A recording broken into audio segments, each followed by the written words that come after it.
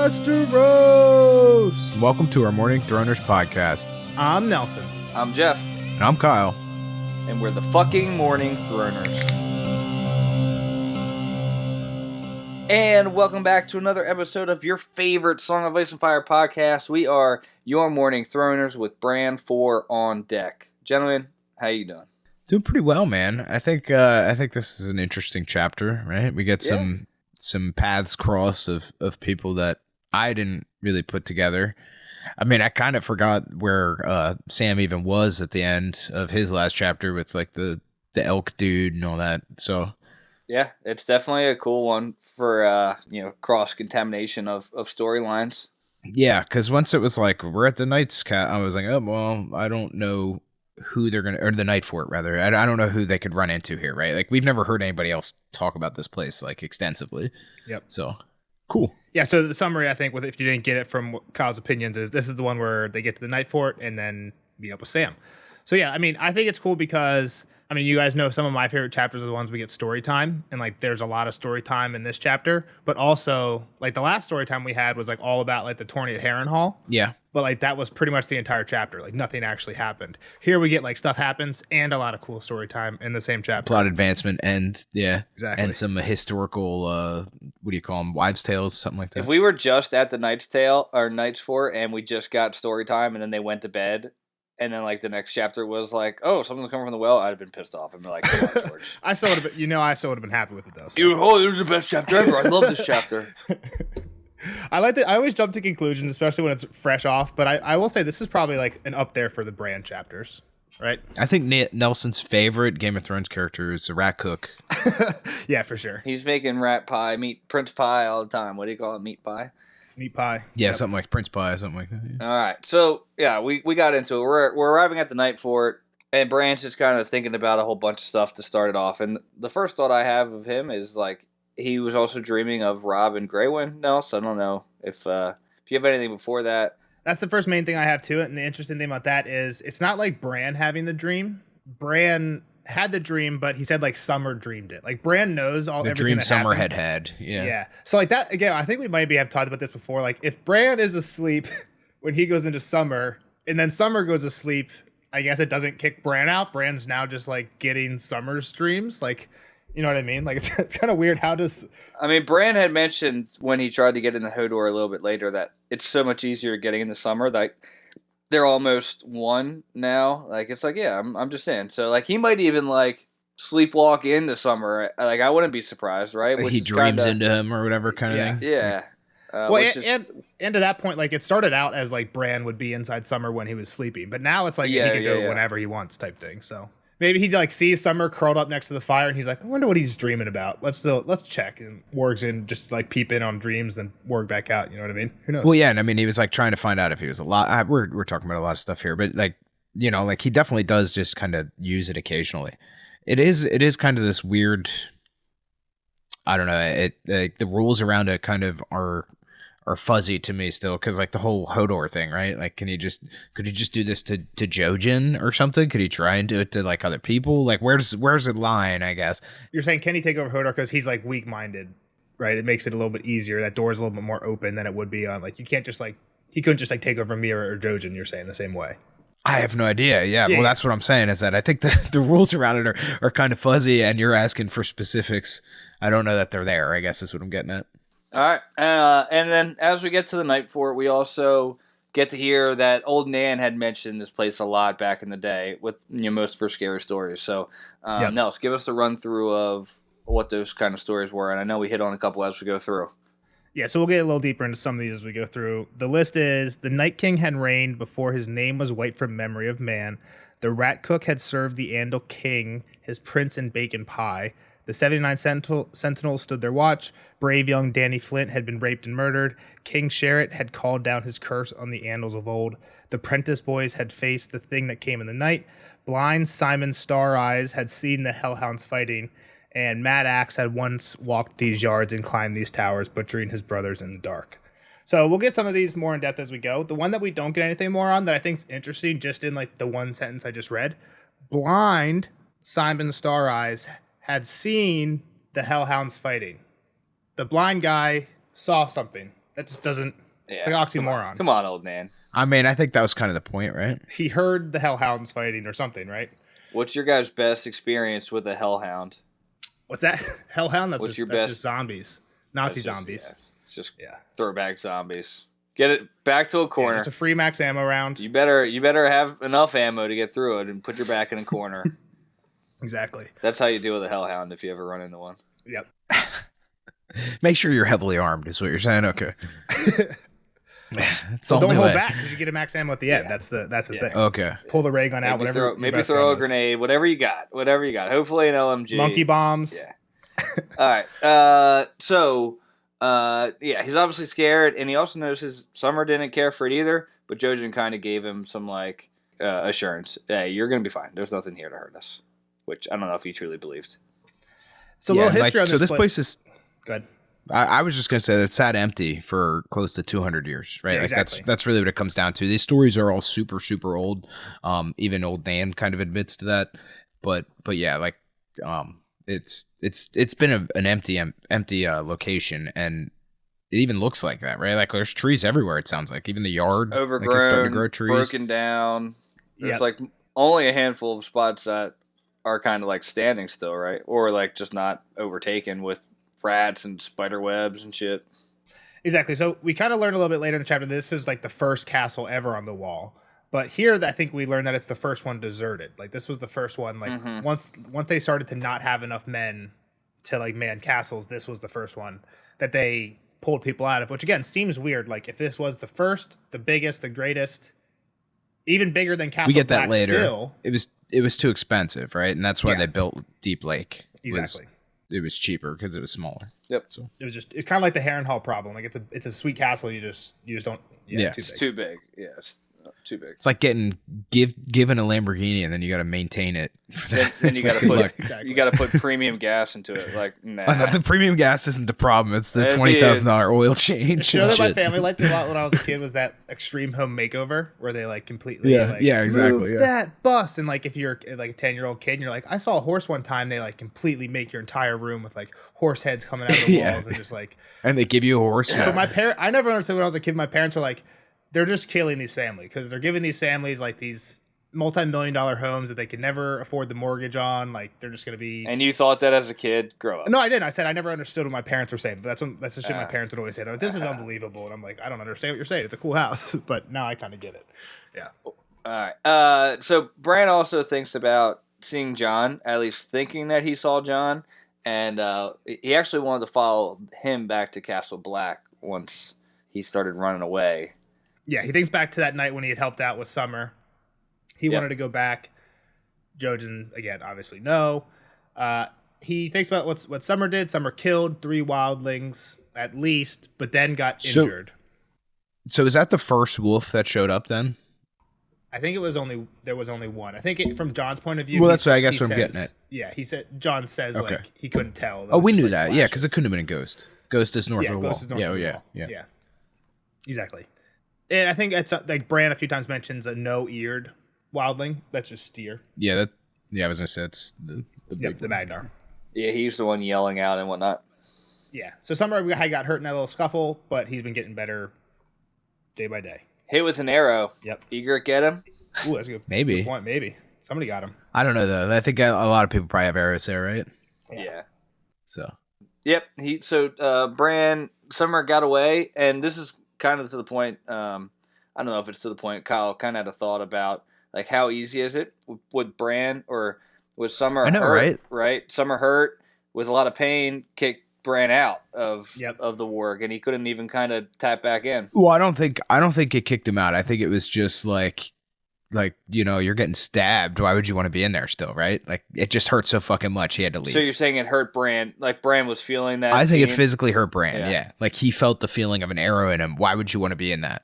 I agree, but I also agree with Jeff that it was like I don't think Bran could have stayed if he wanted. Kind of like later in this chapter when he like goes into Hodor to help Mira out, and then he gets scared and just like gets kicked out. Like I think he wants to be in there. There's just like I think certain like really high spikes in emotion or whatever, right? Like whether it's fear or pain, or I guess pain's not an emotion, but I kind of see both points of view. But I guess it's not clear either way. Maybe like I could see the way Kyle's saying it too. And I don't know. I just took it that the pain was just too tremendous. He couldn't maintain it. He couldn't do it. I don't have the exact quote, but isn't there a part 2 afterwards where he says like Bran even tried to work into him like a few times after that, like throughout the night to see if he was okay, but he like literally couldn't stay inside. He couldn't do it because it just hurt too much. Again, I don't know if that gives evidence one way or the other, but so he says the sudden stab of pain had driven Bran out of the wolf's skin and back into his own, and then he says that he had reached out for summer time and time again, but the pain he found drove him back.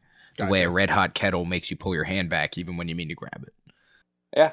That's like again, I don't know, we might be arguing semantics here, but to me that's like instincts. To me that's his instinct. Like he can't, like it hurts too much. Yeah, it's his personal. It's not Summer kicking him out. It's the pain of being there. But like now I'm just thinking of like a Saw movie. It's like if I tell you to go up and put your hand on a hot stove and you know it's hot and just hold it there, would you be able to? Like I don't know. Is there a trap on your head that's gonna chop your head off? Like if I said like $1 million, you can hold it there for 10 seconds, $1 million. Like would your body like let you, or is there like some type of no fucking way would you pay me $1 million to do that? No way. You know what I'm arguing. 3rd degree burn your palm off? No way. No fucking way. You know what I'm arguing. It's not whether it's back of the hand. Is back it of the hand. Oh no, man! I couldn't do it. I couldn't do it. All right, moving on.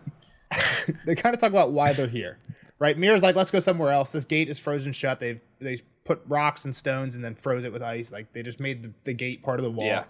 Like we got to go somewhere else. And Bran's like, it's all like this. Like there's only 3 spots left, and they're all there is guarded. nowhere else. So we're not sneaking by. But Jojin has been having dreams about this place. Yeah, exactly. He had a green dream. His green dreams don't lie. So were you thinking anything of that, Kyle, on the read, like on as you were reading through? Were you thinking like, I wonder what Jojin's dream is about, or like, oh, this isn't gonna work? Yeah, or... I mean, I just kind of assumed it was something up here, right? Like them at this castle and walking through the wall. I don't. You know how his dreams kind of are. They're not. Yeah. They're not very clear. I didn't know how they were going to get through. I thought maybe they would find a not a below ground weirwood tree that opens its mouth. yeah, gotcha. That's for sure. You sure. weren't expecting the black gate. Yeah. Okay. No. So this part, they're like, okay, if we're going to be chilling here, we might as well look around. And Mira insists on going to the top. It kind of makes Bran jealous because we know Bran likes climbing. Bran the climber. She goes up. He stays down. And another interesting feature of this castle is the stairs to the top aren't like wooden stairs. They're carved into the ice, which will obviously be super treacherous. And if this is the first castle ever, you see why they got away from that pretty quickly. You probably have deaths daily. It's like, what are you guys doing? They probably lost like a brother a week there. Exactly. Yeah. Especially when the wall's weeping. You literally got watery, icy. Slick ass. I'm impressed. Mira was able, like, it's like nubs at the top. Like, I mean, let's be serious. If she's wearing like their normal boots and it's as nubby as Bran, she ain't getting up there. Like, come on. She needs like an axe. It is like it's just there's no reward in this. She sees nothing. She sees nothing but the forest. Like, you just went up there because you wanted to see over the top of the wall. Like, she's impressed with what she sees, but you're right, nothing useful. She's being selfish. She just wanted to see the top of the wall. I mean, everybody wants to go up there, though, right? I agree with you. I think like if you did like a science experiment, like for your 6th grade science project, and you made like a small ice wall, like 3 feet high, and you made actual size stairs out of it, and you just left it outside in the winter for a month, I think it would take like 4 rains until those stairs are unusable. You know what I mean? It would not take 200 years to become a ramp. It would be gone in a summer.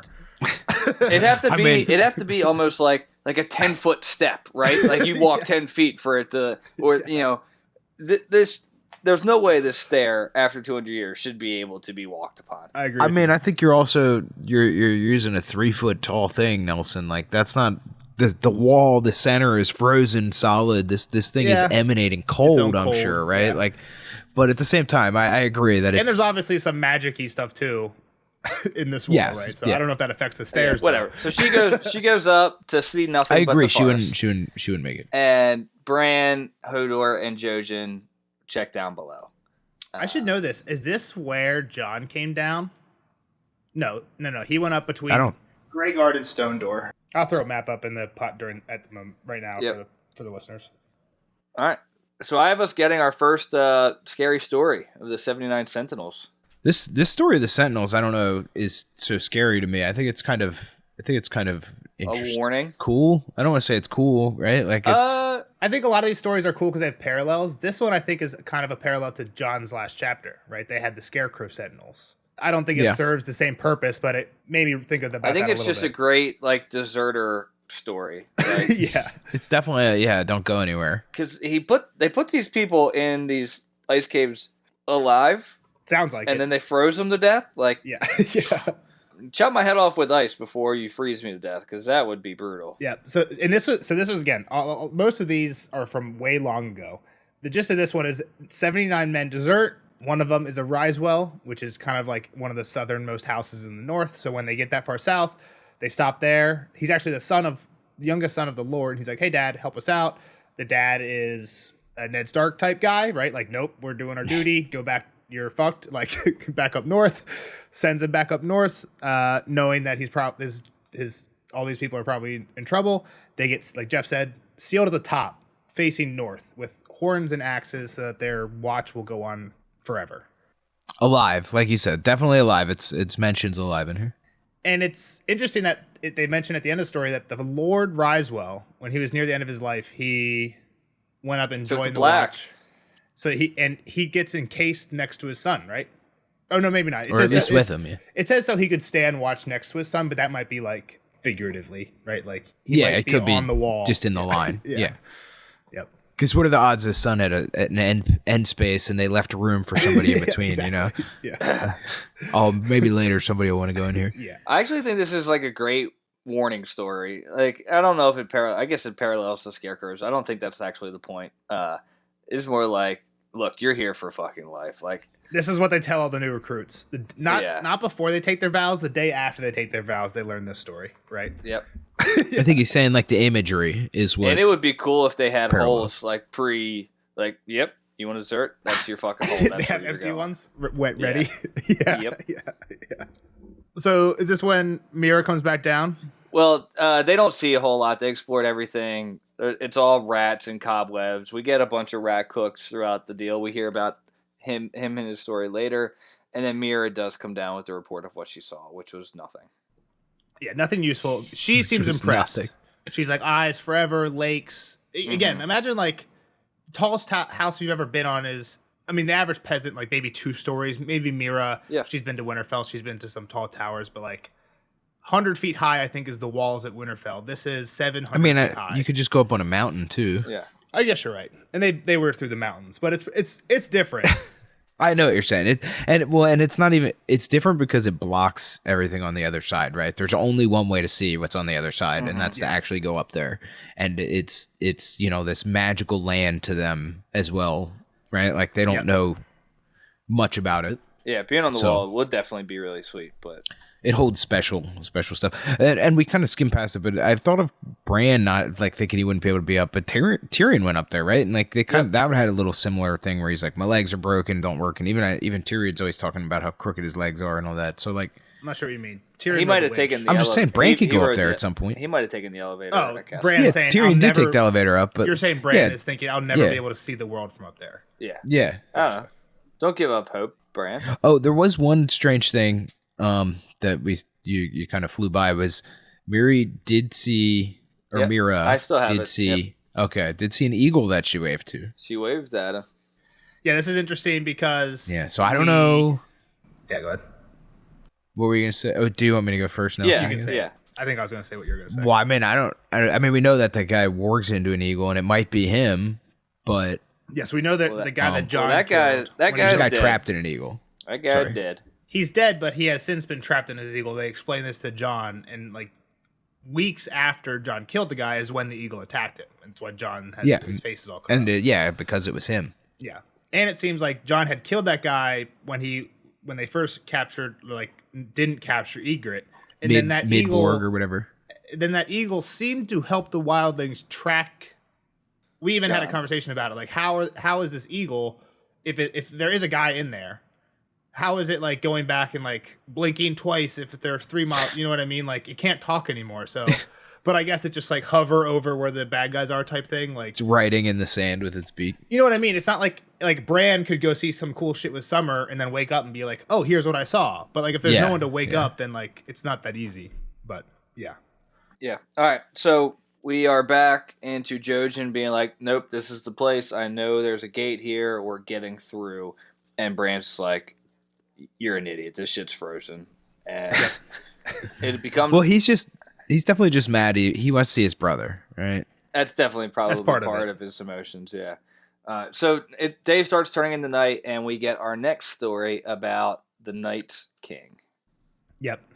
The gathering gloom put Bran in mind of another of old Nan's stories, the tale of the Night's King. He had been the 13th man to lead the Night's Watch, she said, a warrior who knew no fear. And that was the fault in him, she would add, for all men must know fear. A woman was his downfall, a woman glimpsed from atop the wall, with skin as white as the moon and eyes like blue stars. Fearing nothing, he chased her and caught her and loved her, though her skin was cold as ice. And when he gave his seed to her, he gave his soul as well. He brought her back to the Night Fort and proclaimed her a queen and himself her king. And with strange sorceries, he bound his sworn brothers to his will. For 13 years they had ruled, Night's King and his corpse queen, till finally the Stark of Winterfell and Jormund of the Wildlings had joined to free the Watch from bondage. After his fall, when it was found he had been sacrificing to the others, all records of the Night's King had been destroyed, his very name forbidden. Some say he was a Bolton, old Nan would always end. Some say a Magnar out of Skagos. Some say Umber, Flint, or Nori. Some would have you think he was a Woodford from those who ruled Bear Island before the Iron Men came. He never was. He was a Stark, the brother of the man who brought him down. She always pinched Bran on the nose. He would never forget it. He was a Stark of Winterfell, and who can say? Mayhaps he was Brandon. Mayhaps he slept in this very bed, in this very room. No, Bran thought, but he walked in this castle where we'll sleep tonight.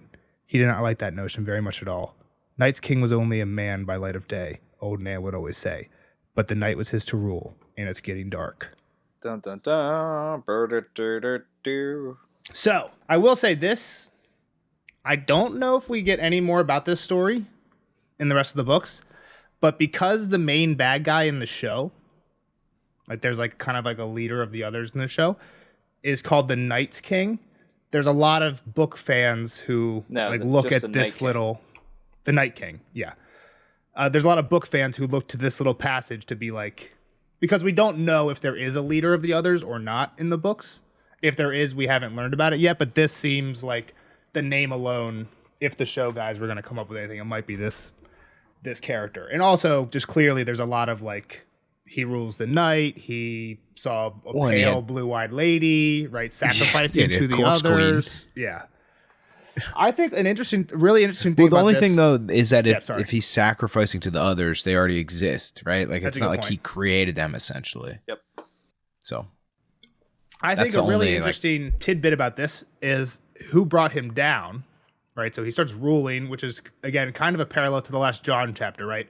Jon goes over all these bad things that had happened in the past and why there's no walls on the south, right? Because when they start fighting each other or proclaim themselves kings, they can always be stopped. But who stops this guy? The Stark, but also the Stark, the Wildlings. And the King, the Wildling King. The best Wildling, Jormund. So Jormund is also the guy who we like the horn, right? The horn of Jormund is supposed to be the one that brings the wall down. But what's weird is Jays like Jays anymore. But what's weird is like the wall is to separate the Wildlings from the realm of the men, like, but they're working together. You know what I mean? Like it seems like an enemy of my enemy is my ally. It's just weird. I wonder if this was one of the stories that Benjen mentioned. Did Benjen mention a time when the Starks had to work with the Wildlings to win the wall back? I don't remember. The one thing I will say though is like I don't think that the Watch has always been at odds with the Wildlings, right? I think the Watch is there for other reasons. To me, this is how it seems, at least. Like they're there more for the dead guys and the giants and that kind of stuff. And the Wildlings are just people that choose to live north of the wall. Yep. People don't believe that the others even exist anymore. So it's like, what's our point? If we have a point, it's got to be for the Wildlings. It's the only thing up there. Yeah, exactly. Like it twisted a little, I guess is what I'm getting at. So I don't think it was always the case that they hated each other, and I think here's evidence of that, right? Yeah, I have a question for Nelson, kind of based off of this. So they decide that they're going to build a wall. Do we know how long the construction of the wall took? We know it wasn't like a thing. Like we don't know a ton about this, but the implied thing is like it was a 10-foot wall for a really long time and it was just over the centuries. While the wall was manned, that's what the builders did. Was their job was to make it taller. So maybe I'm just asking your opinion, since maybe you know more history about it. Did they tell everyone like, "Hey, everyone up north, like you better get moving, or you're gonna be blocked in"? Oh, you mean was there like a big announcement like, "Hey, get south of the wall"? I don't think now's your so. chance. Again, I think a lot of this. I don't know how much of this is like me putting two pieces together and like what's straight up Britain. I think like some of these might be assumptions. I think the wall was built after the first long night. I think the best history estimates is the first long night took place about 8,000 years ago, right? So 300 years ago is when the Targaryens took over. So that's pretty much 300 years ago is like the history that we have. Anything before 300 is kind of like legend. You can treat Prehistory. Yeah, this is 8,000. So this is way long ago. So we don't know anything about that time. But those would be the points I give. I'm just curious if like anyone above north had a shot to get hey, we're gonna build something here. Get moving if you want to. Yeah, I'm not sure, but this makes me seem like Kyle said that it wasn't even necessarily that people on the north side were held out. Like if wildling maybe early on. I mean, there's gates and everything too, right? Right, like the day after the wall came, if a wildling showed up and like, hey, can I get south? They're like, to Kyle's point, if it's for the others, then they're probably like, yeah, sure, who cares? Just as long as you're not another, right? Like, let me see your eyes. Okay, yeah, you're good. Yeah, you know what I mean. So they set up shop. They decide to stay in the kitchen with the weirwood, weird looking weirwood. It's skinnier and faceless than any that Bran's ever seen, and it's poking through the roof. Yeah. So by the end of the chapter, do you have any thoughts on this weirwood?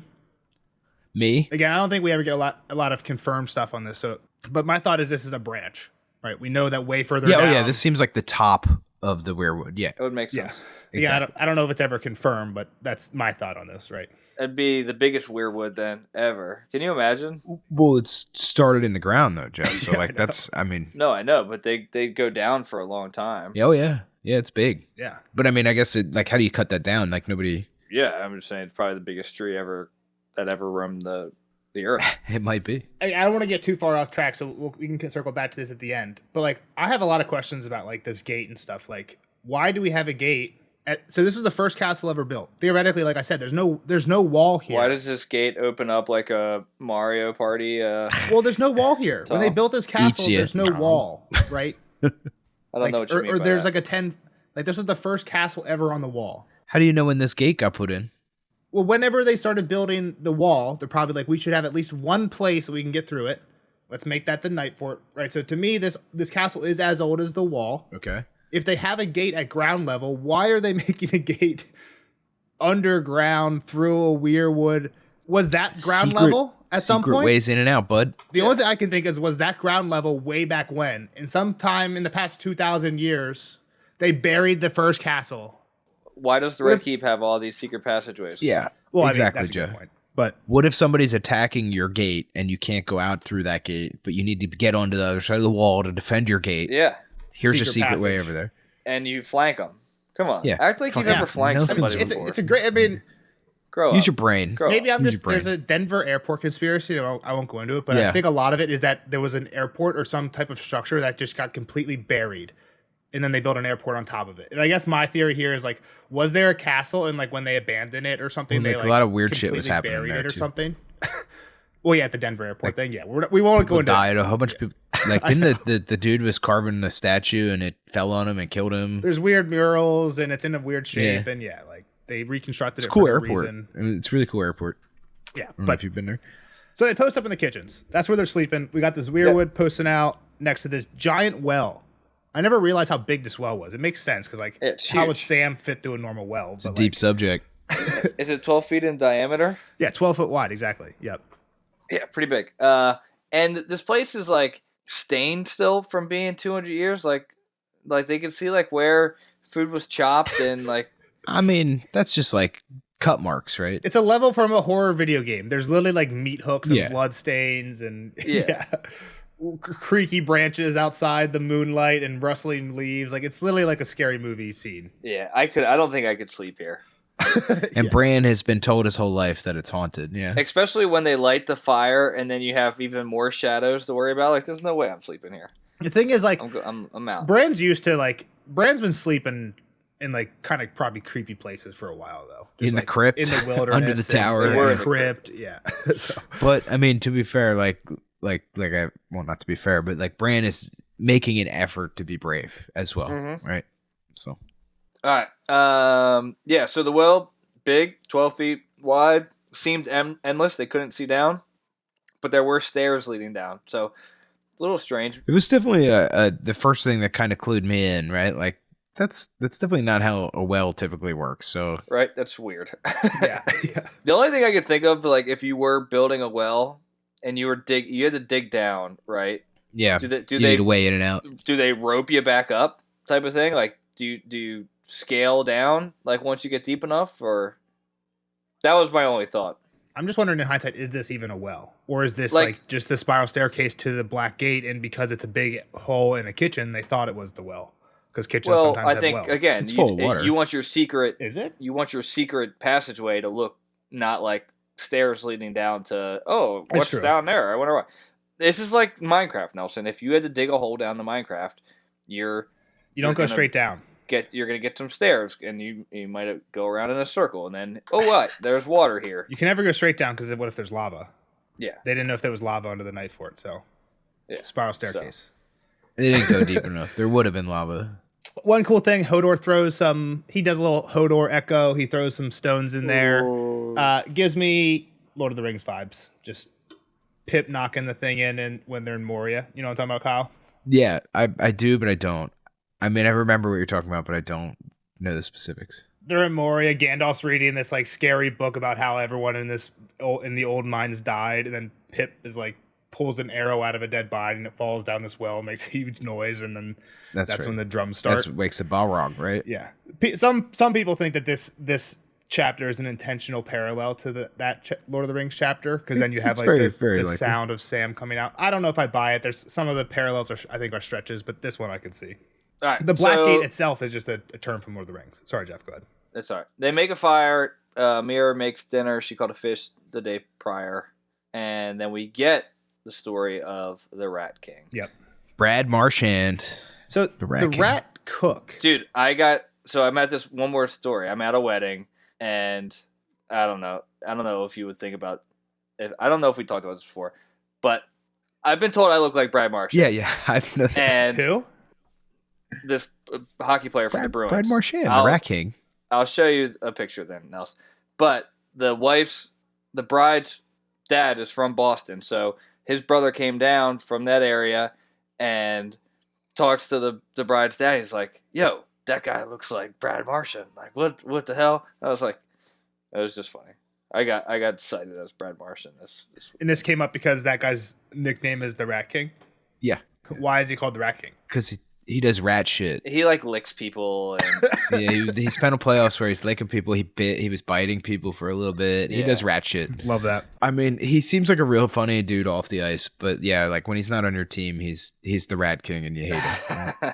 He's decent too. He's like come into his own. He's like puts up decent stats. So he's hard to hate at this point, but when he was younger. Anyway. So this guy is not a king. He's the Rat Cook, but he deals with a king. know. Yeah. Just clarifying that. All right. Long story short, Nels, give it to us. Spark note this story. Yeah, again, I wish we had more around why, but there was a king visiting, an Andal king, and he basically cuts up the son, serves him to the king in a pie. For revenge. For revenge. He was a dude, right? He starts as a dude. The Rat Cook starts as the cook. Cuts up for revenge. Again, we don't know why, but he cuts up the son, feeds him to the father, and then he gets turned into... seconds. Yeah, and the father got seconds, and then he gets turned into a giant white rat the size of a pig. And he had to eat his own kind. And Bran mentions that it's not for feeding the Andal King his son. It's for guest right. A man has a right to vengeance, but he slew a guest beneath his roof, and the gods cannot forgive that. It's not, yeah, like I mean, we were talking about like why he got changed, but it wasn't for the thing you'd think, right? Like, so that was justified. Like the gods found, like, yeah, they deserve that, or he deserved that. That's above board. Yeah. Yeah, you're right. It was you broke this other rule. So yeah, I mean, what do you think happens to Frey? Again, this is a story. Does it have any credence? I don't know. But this is one of the things that like I think is on very intentionally like, don't worry, the gods haven't forgot, or like the gods take their comeuppance on this thing. Yeah. Well, it's definitely a scared straight. Like you need to honor guest rights. Like, is Walter going to turn into a big rat? Is that the punishment? That's what it. No, or a worm. I think he'd be maybe a worm, a weasel. Worm. Don't they call him a weasel? They might. Sorry, go ahead, Jeff. So Bran's now trying to fall asleep. He's like, can't really, but then at one point, like, he might be so tired that he actually does, or he just dreamed it. But bam, he hears a noise. He thinks of the last two stories, right? Yeah, he thinks of another one. He thinks of Mad Max because of the footsteps. Two last one. Is it the footsteps? Doesn't really matter. Last two stories, there's not really much on. There's Mad Axe. Isn't it Max? Yeah, it's Axe. Oh fuck. Because he would just walk around barefoot with blood dripping from his axe, and all you could hear was the blood dripping. And then the thing that came in the night was just a thing that came. 4 boys saw this thing, but they all saw a different thing. And then all the 4 boys were dead within a year, or 3 of them were dead. 1 went mad, and then the thing came back way later, and all 4 of the boys were following it in chains. This is these are like such horror stories. So those are campfire stories for sure. They seem like. Yep. These last 2, you're saying? Most of them do. Yeah. I mean, like, why would they let Mad Axe just continue to walk around killing people long enough that? Well, it's his ghost is like walking around, right? It's like Jason or Freddy Krueger. Again, like, don't live in these places. Like, you're an idiot. I think sometimes George is like, he has a bunch of ideas, right? He's just like, ideas come to him. I think sometimes ideas come to him. He's like, you know what? I want to write a book about, like, a horror book about this. But if I do that, all my Song of Ice and Fire fans will get pissed. So I'll make it like a 3-sentence ghost story. A short I think story. some of that He's just is spitballing here. These are ideas. George is going to write a horror anthology later. Yeah, exactly. Okay. He'll write, dude. Sure. If George wrote a old Nan storybook for like That would be kids, cool. how Yeah, great would that be? Almost like Tales of Beetle and the Bard. I have that from the Harry Potter. It's Yeah, like there those you go. short stories. Like, that would be cool. Yeah. I don't know Old what that Dan. is, but yeah, exactly like that. It's like where the story of the Deathly Hallows and like there's a bunch of little stories. It was just one of them. I don't know what you're talking about. It's like an in-universe. It was Harry Potter version. I understand. I understand what you're saying. I just don't know. So then why are you? Well, then Beetle you're and an Bard is unfamiliar to me, but I understand the concept. The Bard.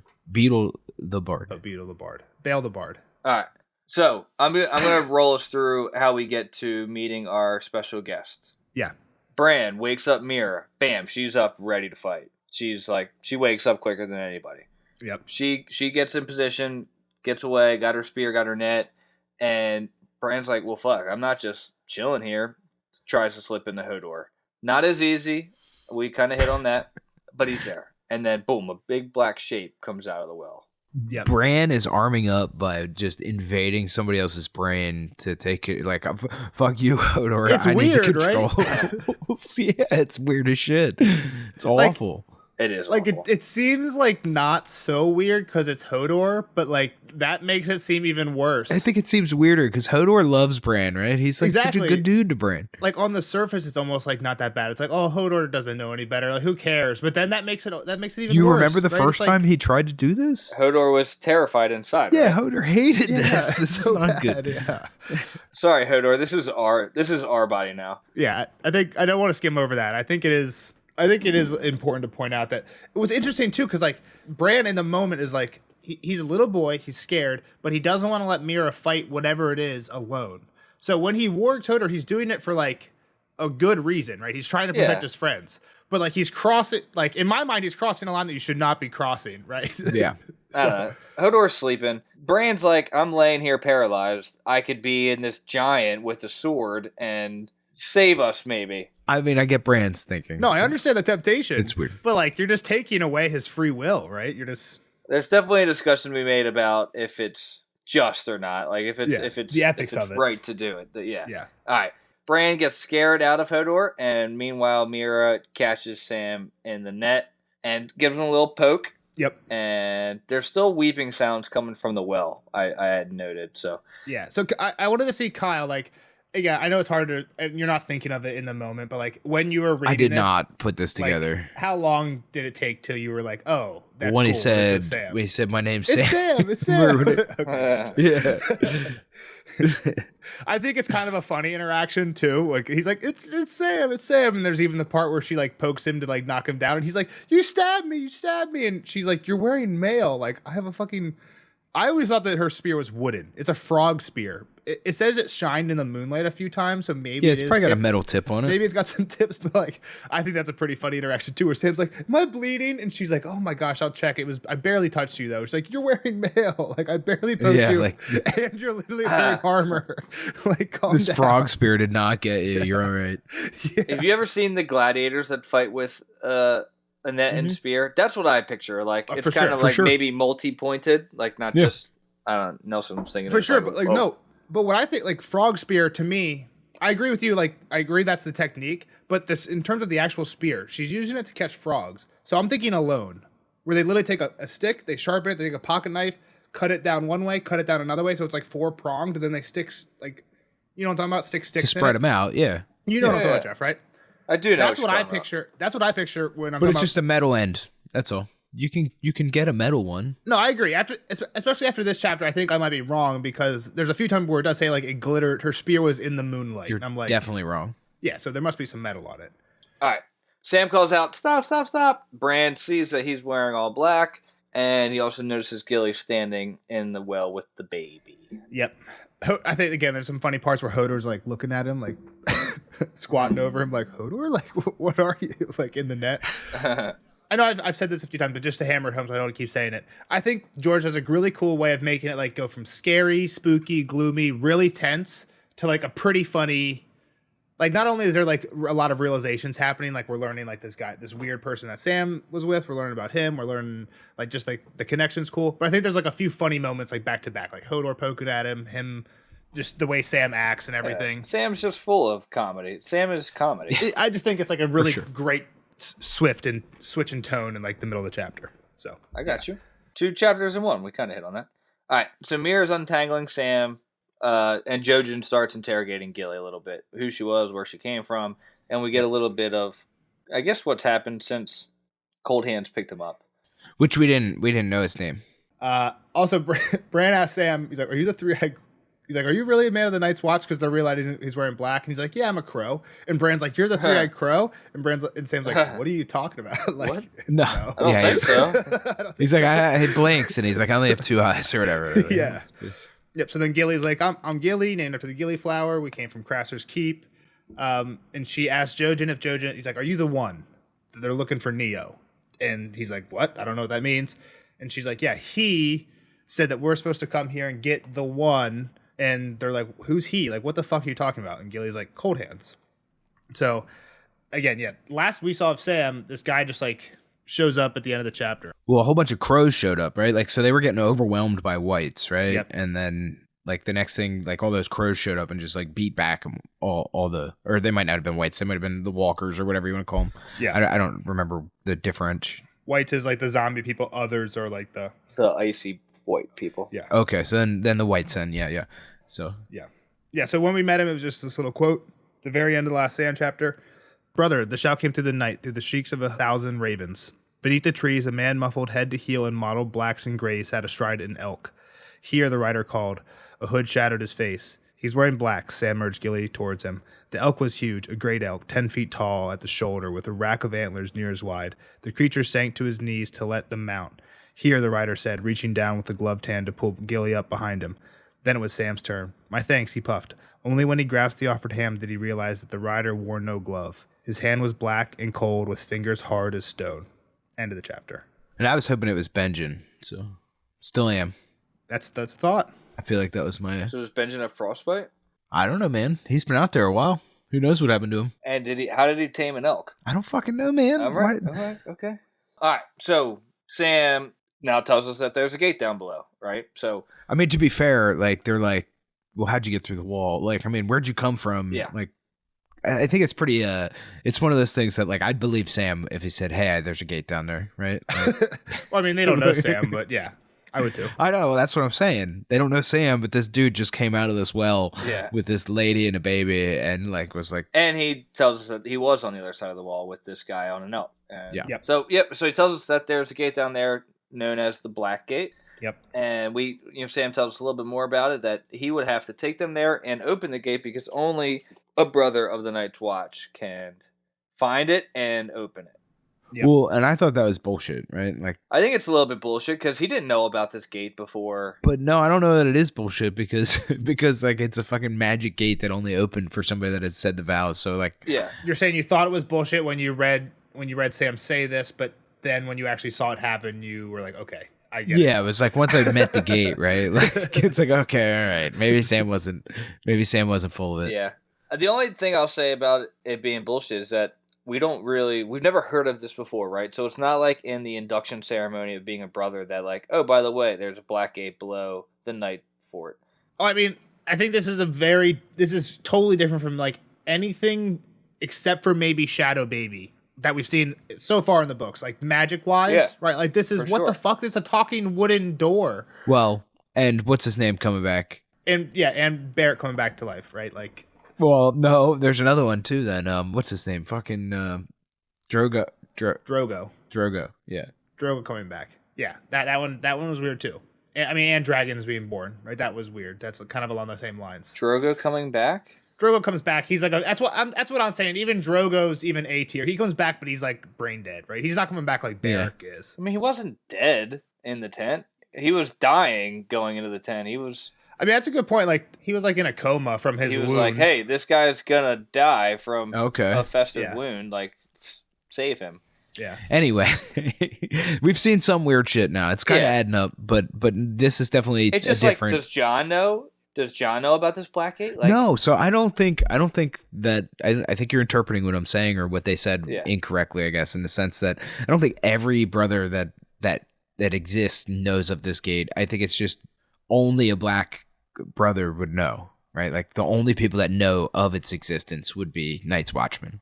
I will say, again, I don't want to linger too long on it because it's not really important, but I will say some people suggest that the way that the guy in the very first prologue chapter got south, he came through this gate. Because we don't know of any other ways to get through the gate, and when Benjen comes when Robert comes to Winterfell and Benjen comes down, him and Ned talk about like the deserter in a way that as if Benjen hasn't seen the guy since he went. Yeah, we're not sure how he got south. I got you.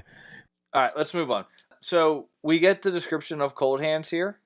Yep. I think this is funny because we get a little bit about Cold Hands, but I think we also tells us a little bit about all the people, right? Because he says, but they say something about Cold Hands, and Gilly's like, that's not his real name, it's just what we called him. His hands are cold as ice, but he saved us from the dead man and his ravens, and he brought us here on his elk. And Mira and Bran are like, an elk? And Jojen's like, a raven?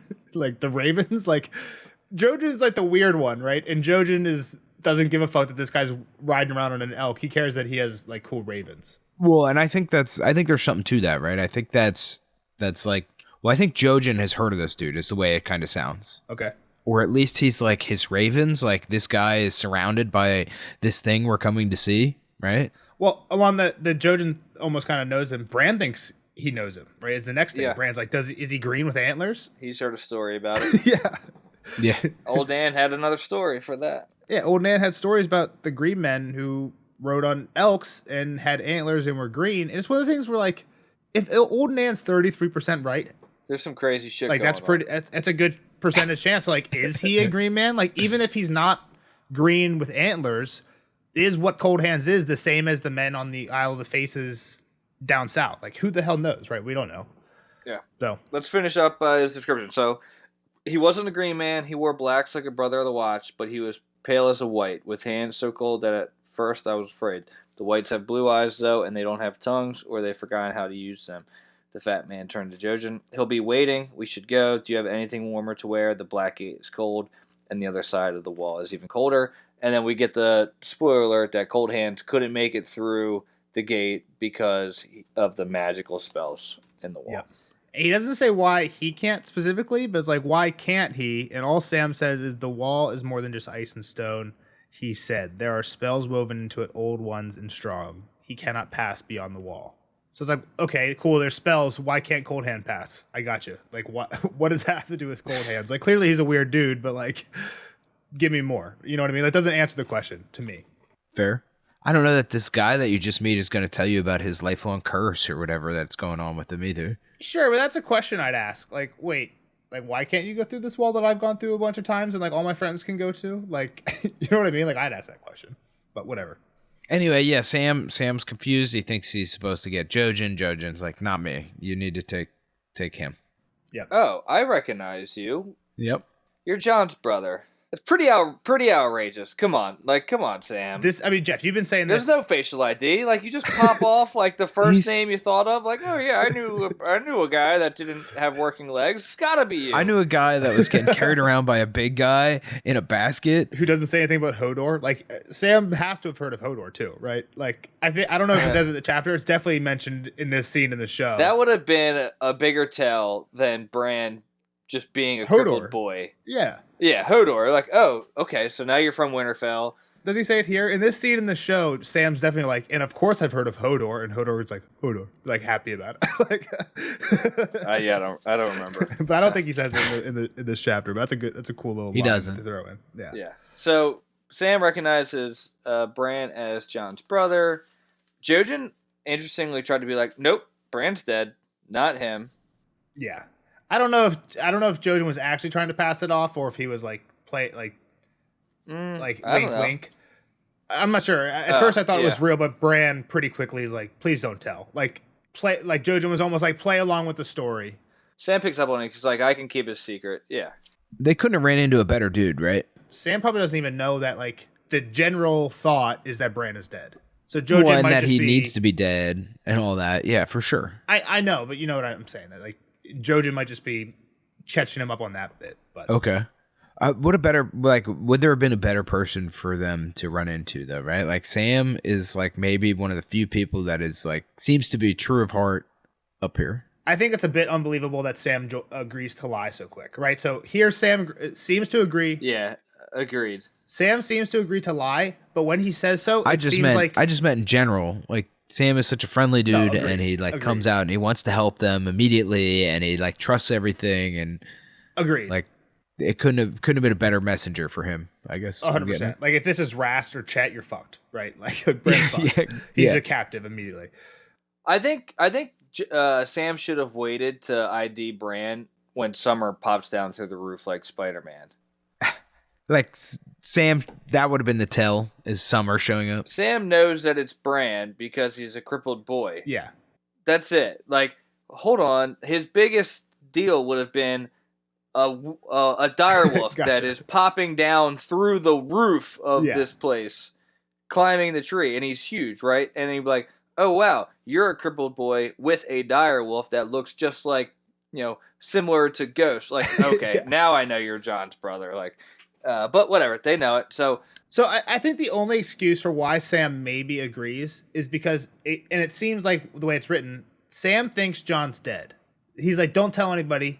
Sam's like, okay, I was Jon's brother too, but he went north and never came back, like with Corin, blah, blah, blah. And that's when Bran's like, no, we saw him. He's good. He's probably at Castle Black actually right now, chilling.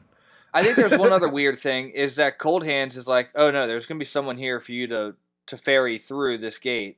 So that's what I was going to say when Kyle said, like, isn't it lucky that, like, Sam is the guy we met? I don't think it's all luck, right? There's some stuff is coincidence. I think this is not a coincidence. Jojen's having weird dreams telling him to come here. We have this weird character on the other side of the wall bringing Sam here. Well, that was kind of what I was getting to with Jojen and the Ravens question. Like, I feel like this is kind of like a joint effort almost, right? Like, or the same force is working behind all of this is what I was getting to, I guess. There's definitely got to be a little bit of that, right?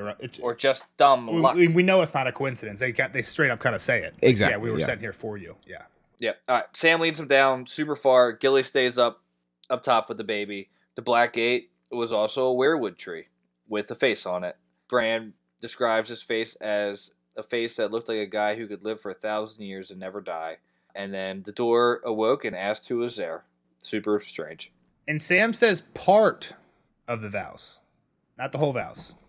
It's like a different version of them, right? Like he just starts halfway through.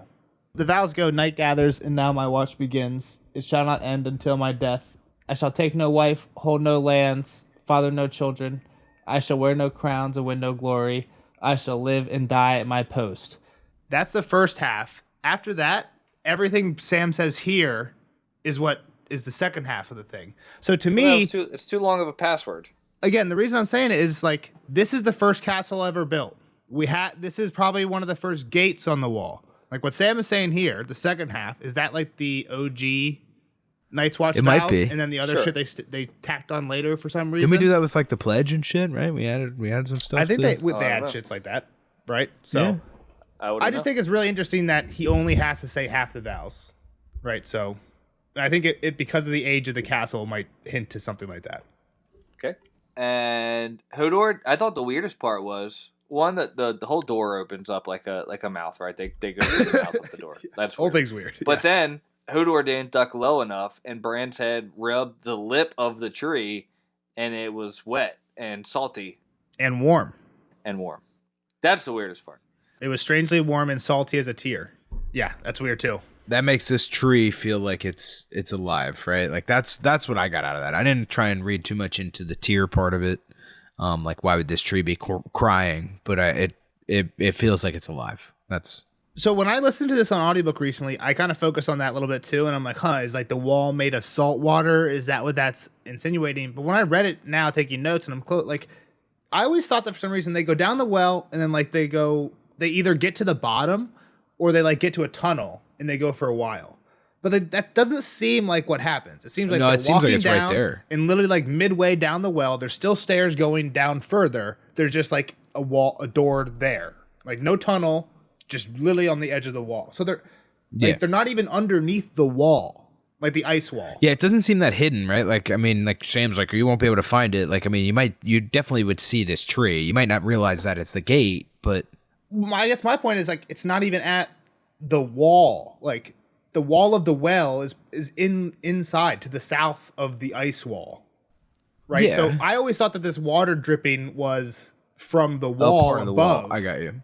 I think it's like what one of you guys said it. It's almost like this tree is alive and actually crying. I said Like that. where's this water coming from? I don't know that it's crying. It could have just been like its eyes were closed, and it opened it and it had tear juice come running out of its eye. But yes, I think that was the point. Was that this tree is a living being, entity? Yeah, that's kind of where I ended it too. Where my thoughts were too. I don't know, man. Like this, I hate that I have to come up with predictions for shit, right? Because like I think Bran's gonna run into Cold Hands, but then what's Cold Hands gonna do? How the fuck am I supposed to know what he's gonna learn from Cold Hands? Well, again, right? we're getting to the part like we're getting closer to like the end of the story where like some of the stuff that even I texted Jeff about some of it midway through. Like I was like, hey, even me and you don't know about this. Like, should we speculate with Kyle? Like, we'll hold off on some of it. I know I said it weird, but like we're getting to the point where even some of the stuff that like we haven't told you we don't know, and we're letting you kind of think about. Like we also don't know still. So I think that's the way it should continue. I mean, I wish that some of this I had more people to at least discuss or throw some of these weird ideas off of and like have a discussion, like a mutual back and forth on it. But yeah, but at the same time, I think like knowing that you don't know sometimes is Makes not it good. weird, yeah. Right? Like that kind of takes the edge off of some of it, and it's like, oh well, then I guess I was completely in the wrong direction, and maybe I shouldn't. So I don't know. It's kind of tough. That in itself is still a bit of a spoiler, I guess, is what I'm saying. So all right, cool. Any final thoughts for what's next for Bran? Wait, do you think this tree just eats Bran and that's the end of it all? yeah, this is the end of Bran's story. He dies in a tree, and he's gonna pop out. His face is gonna pop out of another one. That's how young rearwoods are born. Yeah. They get eaten by this one. No, I mean Sam came through it, so I trust that it's gonna do what it says. All right. Well, That's all I got. if that's all, Well, that's all, folks. How good was Don't that? do that was that. awful. That was so bad. That wasn't. I didn't even know what you were doing until you said that's all. I was like, oh my god. And then like I would eat. That was way better already. I could tell that what Kyle did. It's better. Yeah, I mean, no. Can you even make the noise that you made? That's all, folks. We got it recorded. We'll see you guys in the next one. We'll see Kyle in the Bye. next one for it's Danny, right? Danny, yeah. What's it? 4 or 5?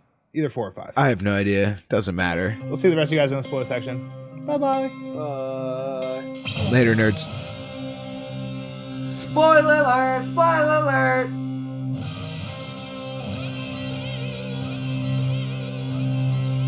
Spoiler alert! Spoiler alert! Bye, Kyle. Thanks for hanging out with us. See you later. Now, on a spoiler section for Bran 4. Jeff, what we got?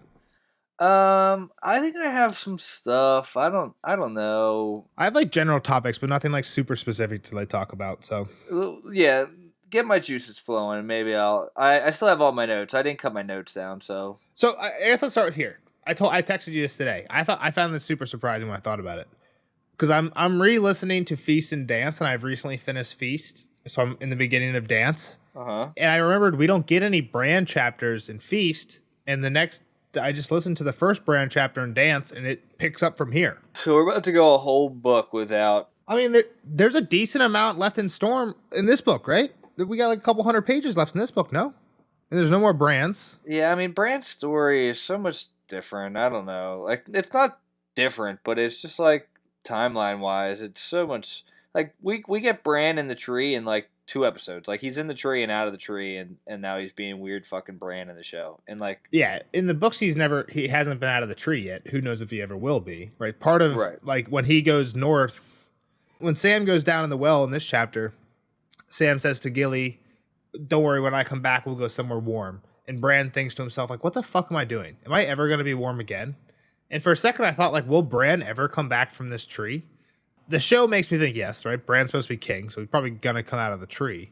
But I think there's a slight chance that Bran becomes the new three-eyed raven, just gets stuck in a weirwood tree in the north and never comes south again, right? Yeah, I mean, if you could be, like, if the three-eyed raven is pretty powerful, right? Because there's obviously some signs, because he's got cold hands bringing Sam to this point, knowing that Bran's going to be there on the other side, right? So yep. You would think that if, like, was Bloodraven, if we're assuming Bloodraven is the guy, right? Yeah. Was he doing three-eyed raven shit before he was in the tree? Like, did he have to be stuck, or was it like to the point where his outer body failed him, and then he was like, all right, like, if I want to keep doing what I got to do, I need to become one with this tree. Like, it's almost some more magical type shit. I don't know if I believe that anymore, but I remember during the show, my theory was always that the three-eyed raven is like a person, like is like a title, not a person, and it's like the title for the person who's in the weirwood tree, like stuck in the weirwood roots underneath that tree. And the reason the three-eyed crow, Bloodraven, was calling to Bran was because when you warg into someone, Varamir Sixskins, we learned about this in the prologue chapter of Dance of Dragons. When you warg into someone, you can't warg anymore, right? So Varamir's going to die, and he's going to try and warg into this woman to live out his second life as an actual person. Mm-hmm. But he says, I won't be able to warg anymore because she can't warg, or something like that. So the thought is, the reason Bloodraven wants Bran to come to the cave is because he needs to warg into somebody who can warg into people, right? Bloodraven pretty much just is going to die, and he wants to be able to warg into somebody else's body to live out his second life. But if he wargs into like Mira, then when Mira dies, that's it. He's over.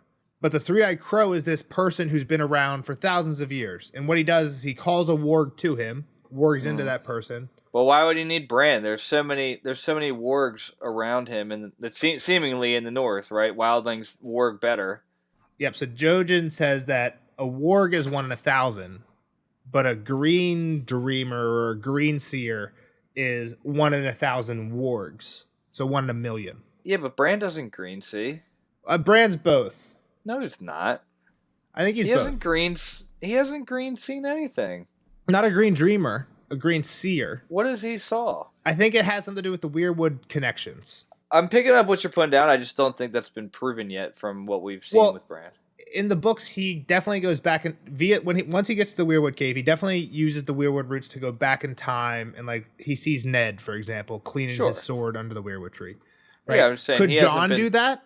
I think the theory is Jon couldn't do that. Jon's a warg, but he couldn't do that. He couldn't like just tap into the weirwood network.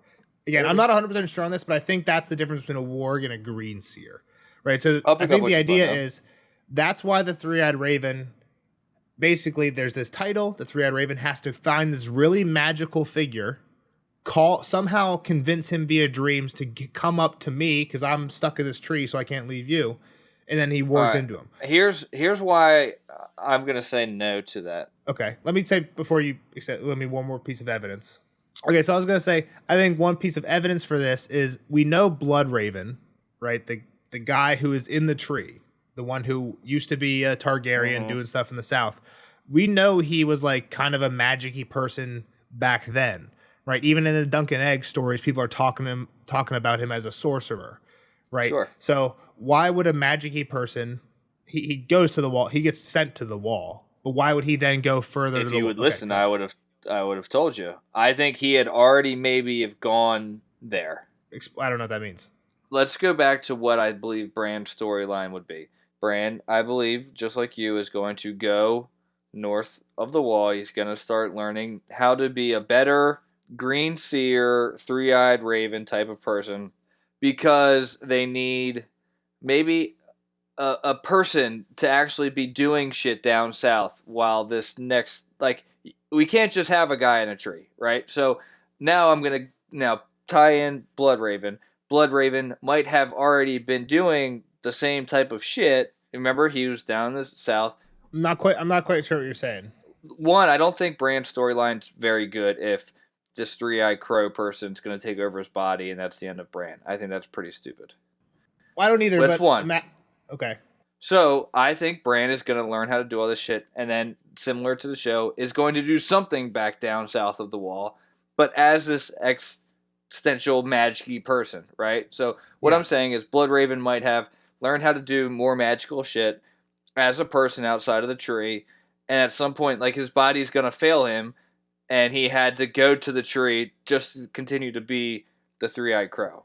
So what you're saying is so again, my idea, there's this title, the three-eyed crow, which is this like person who's been calling pretty much the most magical person in the realm to them via dreams, taking over their body, taking over the weirwood again, and rinse and repeat over and over for God knows how long. Sure. And the reason it's Bloodraven is because he was the most magical person a couple generations ago, and the reason it's Bran now is because he's the most magical person now. You're saying, why hook up to the tree? Why not just call the most magical person, take over his body, and then go fuck off? And then rinse and repeat, and then do it again if you need to. But maybe the tree's important. Sure, I'm sure it is. And that's what I said. I think Bloodraven was doing what he was doing and then needed to plug in, basically. Like, his battery died and he needed to be charged. Like, he needs to stay connected to the charger now at this point. Well, how about a combination of both our theories? Because I agree that I don't think Bran's going to get stuck in a tree. I mean, we saw what happened in the show. Yeah. Right? But let's think about what happened in the show again. What if what I'm saying is the intention, right? And this three-eyed crow person is trying to take over Bran's body. However, in that process, Bran fucks up. Sure. And shows the others where we are. Okay. Right. At that point, the three-eyed crow can't be, our plan is to stay here. Because then we lose. Right? Even if I take over Bran, if I stay here, we lose. All right. So now the plan is to take over Bran and get him the fuck out. Right? And then we get to some hold the door stuff. And then that's why when Bran gets to Winterfell, he's like not Bran anymore. Right? Because this entity that's been living for generations took over his body. Agreed. I think that might be the next step, and that's maybe what the show. I can think the show just didn't know how to show that, right? Like, I think in the books we're going to be able to have this kind of inside Bran's mind conversation between Bran and the Three-Eyed Crow, where like maybe they even come to an agreement, right? Like, yeah, you can actually let's chill in here together, which is why Bran gets so fucking weird. Well, you probably have examples from this from Harry Potter, but there's got to be examples in Harry Potter where there's like some mind duel going on, right? Like we've seen Bran take over Hodor's mind, and we know Hodor's simple-minded, so when he does, Hodor like whimpers in the corner, right? But like, say Bloodraven tries to take over Bran's mind, right? In my mind, I'm like picturing like an all-white room, like the Matrix, and it's just like literally Bran and Bloodraven with like the Harry Potter wands with like the lava, and it's just like a bar, like who has the more willpower? Like, is there like a Harry Potter thing where like they're like it's not like a physical fight, but it's like an almost like a mental tear. Yeah. It happens with Harry and Voldemort basically the whole series. Every time it's scarred, and then you get a little bit of like there's a way like Snape is training Harry to like not let Voldemort in. Yeah. But Snape's able to like wand into Harry's mind in the movies, and then like Snape. That's when Snape he starts seeing Snape's history in the movies, right? Yep. Yeah. So like again, I never thought about this, but like how about this? There's like a secret, right? There's like one special secret, like, oh, if you cross your fingers when you warg into the Weirwood Network, do your green seer stuff, then you can actually change stuff in the past. But Bloodraven's afraid to tell Bran that because then he could fuck everything up. So he only tells Bran that the second before he's trying to take over Bran's body. He tells him that, tries to take over Bran's body. Bran and him have this like mind battle. Bran wins. Bloodraven dies. Now Bran knows the secret. The three-eyed crow is dead. Hodor. Bran escapes. He's not the three-eyed crow. He's still Bran, but he has this superpower, and he becomes king of everything. Sure. I don't think it would be a bad end of the storyline that if, maybe even Bran learns from this cat, he fucks up and brings the others to the tree, where the tree gets destroyed, but Bran gets away. And that's kind of the end of, like, Bran is able to be that guy, but he now, once his physical form dies, the three-eyed crow is no more. And maybe we can get that kind of from every, like, the glass candles explode, and then it's just like, all right, live your life. Like, there's no more outside influence. Yeah. While we're on that track, I will say, I think some people in the fandom, so a lot of people, nobody in the fandom thinks Hodor is going to happen the exact same way. There's no, like, door to the Bloodraven's cave in the books. I think they say like it goes like 3 miles underground, and then there's like a sinkhole that it comes out of is like the back door, and the way in is like through like a knotted hole in the roots. A lot of people think the door that Hodor is going to hold is the Black Gate. I think that could be pretty cool. Like maybe Bran's warging into him, like actually fighting, like back to this well, and he ends up like falling into this well or something like that. I could see that. I don't know what I 100% believe there. I think it's kind of a cool theory. Yeah. All right, let's get on to your next one. The Night's King. Again, this is something I kind of told Kyle we don't really know much more about. Yeah, I'm gonna think that I don't. The only reason I don't believe he is the Night King is because he was also offering up. He was offering up babies, right? So he was making sacrifices to the others. They don't say what that means. I think a lot of fans assume that. I don't know if we ever hear more about this story anywhere else. We might. But that makes me feel like that there was already a head other. Like, who would he be sacrificing it to? Like, the other sent this ghost woman to lure him, basically. Like, they needed a trap. They needed babies, right? So I'm trying to think of like a movie example, but there has to be one where like, yes, there's a group that exists, but he then goes and becomes the leader. Pirates of the Caribbean. It's like Davy Jones. Will Turner at the end becomes the new Davy Jones and then lives on as Davy Jones for forever, even though Davy Jones has existed in the past. But there was already a Davy Jones. He had to kill Davy Jones to become Davy Jones. Okay, that's a good point. We don't gotta go too far down the path. I think some interesting things here.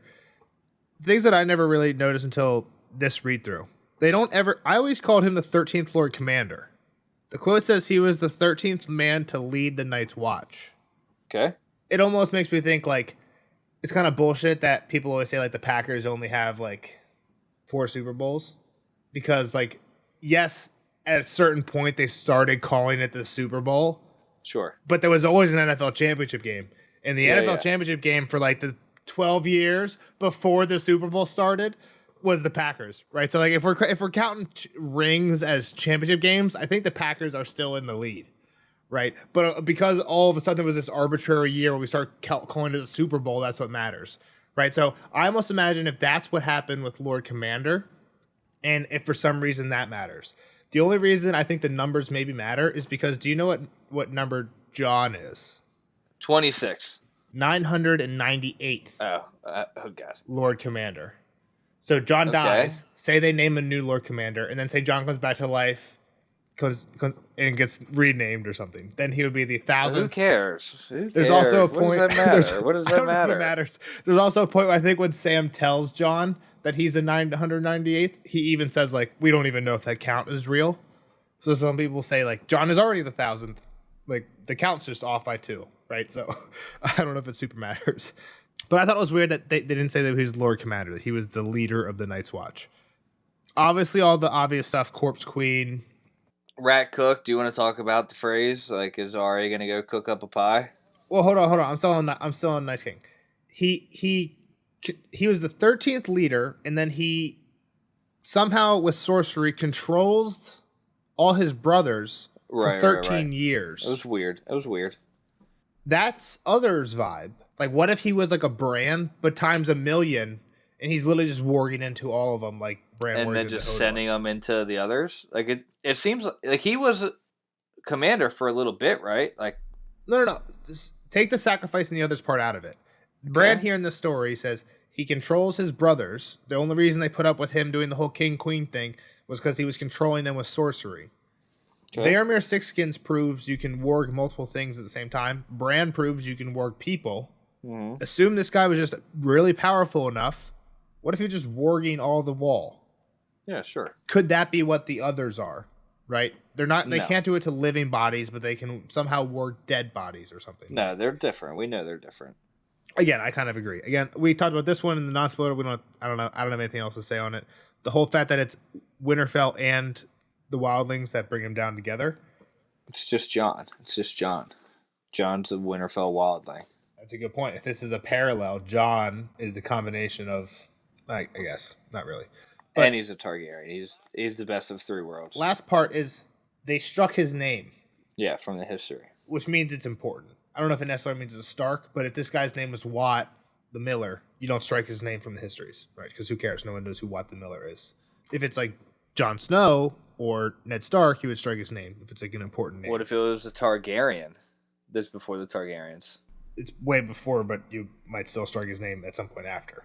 You're just embarrassed. Just big embarrassment. The Weirwood and the Moon, they're mentioned a lot together. I don't have anything specific on it. I did think about that too, actually. Also, why did Summer climb through the fucking roof? Why didn't she just come through the front door? Because it's badass. I don't know. It's also weird, like how did she get up there? She climbs Summer's the outside? A he. Come on. Summer's a he. Is Summer a he? I don't know. All the genders match the siblings. Look, but the Sam is like, or Bran's like, oh, I'm scared. Something's coming up through the well. Summer's miles off. I got to warg into Hodor. Then literally 40 seconds later, Summer's on the roof. Yeah, so I just thought the Weirwood Moon thing was weird. I did too. Like, is there two people? I thought, is there two people like fighting for this moment type of thing? So there's no dream, right? I made more of a bigger point on this when Jaime had the dream. Wasn't there a dream? But Bran doesn't ever fall asleep, so we don't know about Bran. Doesn't he though? Dream. He doesn't know if he doesn't fall asleep. Maybe the whole story from this point out is just Bran dreaming. No, I'm saying when he hears Sam walking, he's like, "Oh wait, did I just wake up from a dream?" Like he was like so tired and scared that he didn't know if he actually. That happens all the time. Yeah, you wake up and don't remember the dream. Sure. I'm just saying we don't in the chapter we don't get a dream. You like don't, in the Jaime chapter where he's the Jaime chapter where he has like a 5-page dream where he's under Castle Rock fighting Rhaegar and all the shades. Yes, okay. I gotcha. That's the one where he's sleeping on a weirwood in the moonlight. So that's why I'm saying I made a bigger deal. Here, I think it's interesting that they're both together, but I don't know if there's much to talk about for it. Last general point I had was just Cold Hands. Like, it sucks that we don't get to learn more about him until Dance with Dragons. Super mysterious person. Kyle, again, thinks he's Benjen. I think it's a great guess. Yep. We don't know who he is. I wasn't going to... If I did tell Kyle, I would say we also don't know who he is. But then I think you're right, we shouldn't tell him, because then he'd say, do you think he's Benjen? And I would say, no, but I can't tell you why. Right? And the reason I can't tell him why is George has said he's not Benjen. So, but I'm not going to tell Kyle that. Right? That stuff I think we shouldn't tell Kyle. I think that's lame of George to do, too. He didn't tell the fans. It was written in a margin, and the fans found it in an old box in a library where somehow an old draft had got saved. Might be fake news, then. At this point, if he's had writer's block for this long and he's to write himself out of a corner, and making Cold Hands Benjen would do it, anything's on board. So I 100% agree with you. I don't think it's a 0% chance. I just think it's very unlikely. I think we've talked about this the last time we saw Cold Hands. It's like, if not Benjen, then what the fuck is he just dead? Like, and I'd be okay with that. But like, what about Squire Dallbridge stays back and gets killed? Stone Snake. What about Stone Snake? I think Stone Snake lives. No, I think it's too recent of a kill. Benjen's like a few months before. I guess you're right. I'm saying if it's not Benjen, this guy has been cold hands. I'm saying this guy has been cold hands for like 200 years too, or like I don't know. How long do you think Bloodraven's been in the tree? I mean, he's about 100 years. Yeah, he's been on the wall about 100. Yeah, 100 years. 100 years, 50 years. This is like a 50 years cold hands. Then I think you're right. I think the leading theory for who Cold Hands is one of the Raven's teeth. I think is their names. Bloodraven led a group of archers that used weirwood bows. They were called the Raven's Teeth. I think the name. Yeah, when he was running around down south, exactly. When he was like Hand of the King and stuff down south. And I think that, and we know that when he went north, a lot of them went with him. Like when he got sentenced to Night's Watch, a lot of them went with him. Mm-hmm. So I think that's the leading theory for who Cold Hands is one of them. Because we know he's loyal to Bloodraven. That's pretty much all we know. Yeah. I think if Benjen is... I still think we need a Benjen at some point. Whether...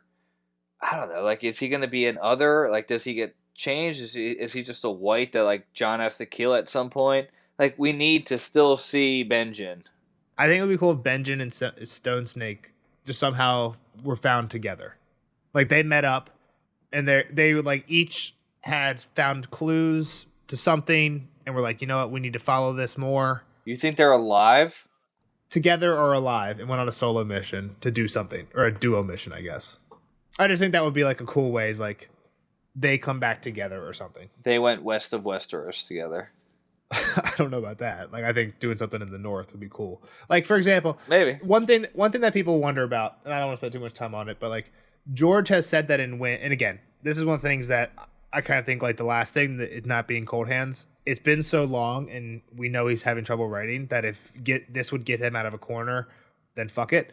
But he has said that we'll go further north than we've ever been before in Winds of Winter. Mm-hmm. But he's also said we're not getting any new POVs. So again, I think we could take either of those back. But what if Bran wargs into... He's like, you know what? I wonder where Benjen is. I know he's missing. And once he starts getting his abilities, one of the things he does is tries to just like locate Benjen. And it turns out Benjen is further north than we've ever been before. Right? We know we're not getting any new POVs. Who could possibly be further north than where Bran is now? Unless when Bran leaves where he is, he goes north. To me, the only way we're seeing further north is somebody warging or a vision or something, right? And that person is... And what if Benjen actually finds the actual horn of Yoramun? Like, that's what he's been doing this whole time. I think what Sam has is that. Yeah, well, or something else that they need to win. Something badass, yeah. I just think, All right. I think that'd be cool. Isn't there like... There's got to be like a movie where someone is like, find this person. Where you can like locate any other person on the world, where it's like, think of Kyle, and like right now I can tell you exactly where Kyle is. That type of thing. Like, what if Bloodraven tells Bran, this is one of your new abilities, here, practice it, who would you want to find? And Bran's like, I want to find Jon, I want to find Rickon, I want to find Benjen. And then Benjen's doing something crazy, right? I could see it. But that's all I got. Again, there's probably a lot of stuff in this one that we might have skimmed over because we're going along, so let us know in the Discord. All right. But yeah, we'll see you guys in the next one. For Danny 5, absolutely banger. Maybe a top, like, this is a top 10 chapter. I don't even remember the last thing we did with Danny. Danny took Yunkai. Now, Strong Belwas is about to kill the champion of Marine outside, one-on-one. Yeah. And then does he pee on him? Pees on him. I think he shits on him in the books. Then we find out who Arston is, because the Titan's bastard, who was the leader of the Sellsword Company from Yunkai, he hides out. He pretends he's one of like the slaves, and he beats him up with a stick. He pretends he's one of the slaves, and he's in Danny's group of slaves. And Danny decides to go through like I like it when people cheer me, so I'm gonna ride through all the slaves. Yeah. And she rides through all the slaves, and they're all cheering her except for him. He jumps out and tries to kill her, but yeah, Barristan beats his ass, and he's like, I'm Barristan. Jorah's lying. Jorah's been sending messages to Varys. All that. Belwas, Arston, Jorah get outed. It's all next chapter. It's actually a great Danny chapter. Is it the last Danny chapter? Not for a while, but I think there's got to be one more of her taking it. I think it might end with her commanding them to go in the sewers. There might be another. That might be another Danny chapter. Okay. But we'll see you guys in that one for Danny 5. Thanks for listening. Give us a like, subscribe. Bye bye.